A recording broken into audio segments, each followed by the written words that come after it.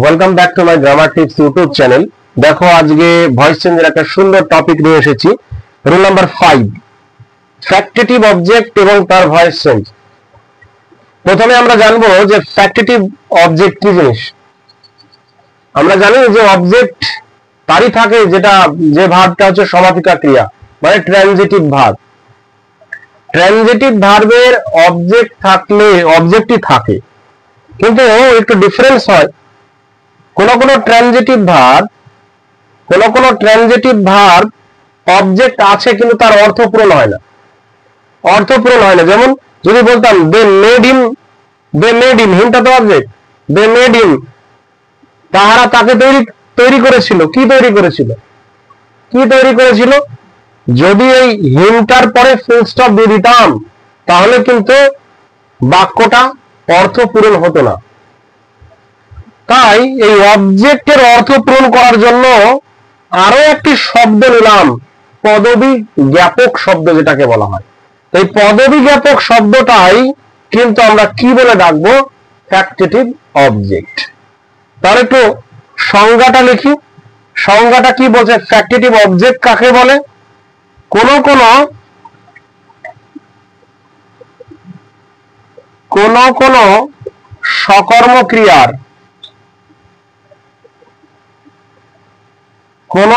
সকর্মক্রিয়ার মানে ট্রানজিটিভ ভার্বের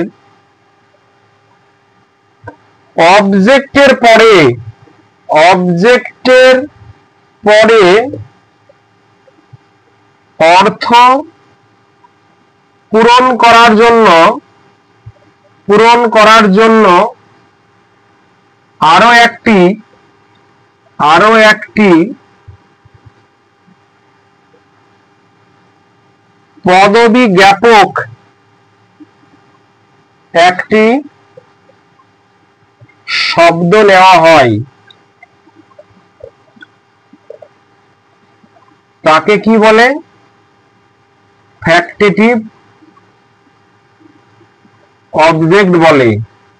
মানে সেই শব্দটিকে ফ্যাক্টেটিভ অবজেক্ট বলে। কি বললাম? কোন কোন সকর্মক্রিয়ার অবজেক্টের পরে অর্থ পূরণ করার জন্য আরো একটি পদবী জ্ঞাপক শব্দ নেওয়া হয়, তাকে ফ্যাক্টেটিভ অবজেক্ট বলে। হ্যাঁ, তাহলে ফ্যাক্টেটিভ অবজেক্ট কোনটা? এখানে কিংটা হচ্ছে ফ্যাক্টেটিভ অবজেক্ট। কেন হিমের পরে যদি অবজেক্টের পরে যদি ফুল স্টপ দিয়ে দিতাম তাহলে বাক্যটির অর্থপূর্ণ হতো না। এই অবজেক্টের অর্থ পূরণ করার জন্য আর একটি শব্দ নিলাম। সেটা কি শব্দ? পদবী জ্ঞাপক শব্দ। তাই এই শব্দটিকে কি বলছি আমরা? Factitive object. উদাহরণ আরো দিতে পারি। কি হবে? হি কল্ড মি এ ফুল, সে আমাকে বোকা বলে ডাকলো। তাহলে ডেকেছিল। হি কল্ড মি এ ফুল, এই মিটার পরে যদি ফুল স্টপ দিতাম তাহলে কিন্তু বাক্যটা সম্পূর্ণ হতো না। এই ফুলটা হচ্ছে ফ্যাক্টেটিভ অবজেক্ট। আরো একটা উদাহরণ, আই টুক হিম প্রিজনার, আমি তাকে প্রিজনে নিয়ে গিয়েছিলাম। আই টুক হিম, এই হিমটার পরে ফুল স্টপ দিলে কিন্তু বাক্যটি হতো না। এই আই টুক হিম প্রিজনার, এই প্রিজনারটা শব্দ, আমি তাকে নিয়ে গিয়েছিলাম কোথায়? এই প্রিজনারটা শব্দটা কিন্তু ফ্যাক্টেটিভ অবজেক্ট। তাহলে বোঝা গেল ফ্যাক্টেটিভ অবজেক্ট কি জিনিস। এবার ফ্যাক্টেটিভ অবজেক্টের ভয়েস চেঞ্জ আমরা করব। ভয়েস চেঞ্জ করতে গেলে কিংটাকে যদি নেওয়া হয়, কিন্তু বাক্যটি গন্ডগোল হয়ে যাবে। মিনিংয়ে কিন্তু গন্ডগোল হয়ে যাবে। তাই কি করবো আমরা? এই হিমটাকে নেব। ইনডিরেক্ট অবজেক্ট, ব্যক্তি বোঝালে ইনডিরেক্ট অবজেক্ট হয়। অবজেক্টের শ্রেণী বিভাগ আছে, ডিরেক্ট অবজেক্ট, ইনডিরেক্ট অবজেক্ট। হ্যাঁ, তাহলে ইনডিরেক্ট অবজেক্ট কি করলাম? ইনডিরেক্ট অবজেক্ট হিম আছে, তাহলে কি করব আমরা? এটার আমরা প্যাসিভ ভয়েস করছি। করলাম, তাহলে হিম থেকে কি করব? হি। মেড আছে, তাহলে কি করব? ওয়াজ। এস ভি2 অবজেক্ট আছে, মানে পাস্ট ইনডিফিনিটে আছে। প্যাসিভ ভয়েসের ফর্মুলা মনে করি, অবজেক্ট ওয়াজ আর ভি3 বাই সাবজেক্ট। অবজেক্ট ওয়াজ আর ভি3 বাই সাবজেক্ট। অবজেক্ট থেকে সাবজেক্ট করা হয়েছে, ওয়াজ এর মধ্যে লেখা হয়েছে, ভি3 করতে হবে। ভি3 তো করাই আছে। He was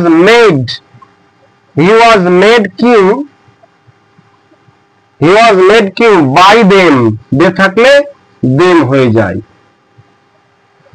he was made king by them. তাহলে আরেকবার রিক্যাপ করি, ফ্যাক্টিটিভ অবজেক্ট সেটাই হয় যেটা ট্রানজিটিভ ভার্বের অবজেক্ট ব্যবহার করেও কিন্তু অর্থপূর্ণ হয় না। অর্থ পূরণ করার জন্য পদবী জ্ঞাপক আরো একটি শব্দ বসে অবজেক্টের পরে, সেই শব্দটিকে তখন কি বলবো? Factitive object. হ্যাঁ, যেমন দে মেড হিম কিং, কিংটা object, factitive object. He called me a fool, আবার আই টুক হিম প্রিজনার। এমন ধরনের বাক্যের ভয়েস চেঞ্জ করতে গেলে কি নেব? ইনডিরেক্ট অবজেক্টটা নিয়ে নেব। হি করে দিলাম, টেন্স অনুসারে ওয়াজ করলাম, made king by them, he was made king by them, তাদের দ্বারা সে রাজা হয়েছিল। তাহলে আশা করি ভিডিওটি সকলের ভালো লাগবে। কেমন লাগলো অবশ্যই কমেন্ট বক্সে জানাবে, এবং এমন ভিডিও পাওয়ার জন্য লাইক, কমেন্ট, সাবস্ক্রাইব করবে। ভিডিওটি দেখার জন্য সকলকে অনেক অনেক ধন্যবাদ।